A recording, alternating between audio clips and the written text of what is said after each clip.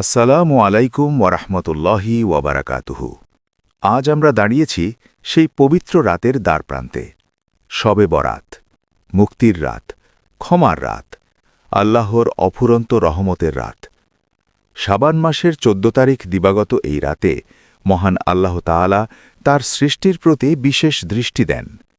হাদিস শরীফে এসেছে, তিনি নেমে আসেন নিকটতম আসমানে এবং বলেন, আছে কি কেউ ক্ষমা প্রার্থনা করবে, আমি তাকে ক্ষমা করে দেব? আছে কি কেউ রিজিক চাইবে, আমি তাকে রিজিক দেব? আছে কি কেউ বিপদ থেকে মুক্তি চাইবে, আমি তাকে মুক্তি দেব? এই রাতে লাখো লাখো বান্দার ভাগ্য লিখা হয় আগামী ১ বছরের জন্য।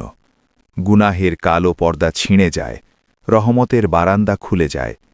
শুধু শিরককারী আর হিংসুক ব্যতীত বাকি সবাইকে ক্ষমা করে দেওয়া হয়।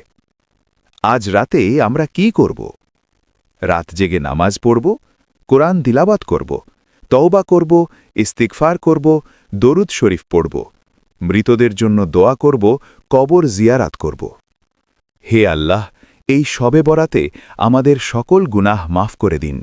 আমাদের ভাগ্যকে কল্যাণময় করুন। আমাদের পরিবার, দেশ ও উম্মাহকে হেফাজত করুন। আমিন।